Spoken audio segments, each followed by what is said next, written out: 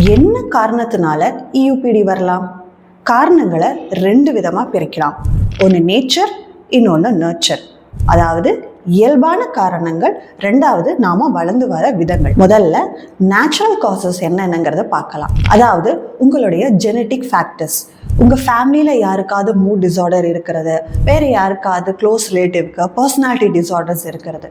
ரெண்டாவது இயற்கையாகவே உங்களுடைய பிரெயினில் எமோஷன், டெசிஷன் மேக்கிங், இம்பல்சிவிட்டிக்கு ரெஸ்பான்சிபிளாக இருக்கக்கூடிய நியூரல் சர்க்யூட்ஸ் கொஞ்சம் டிஃப்ரெண்ட்டாக இருக்கிறது.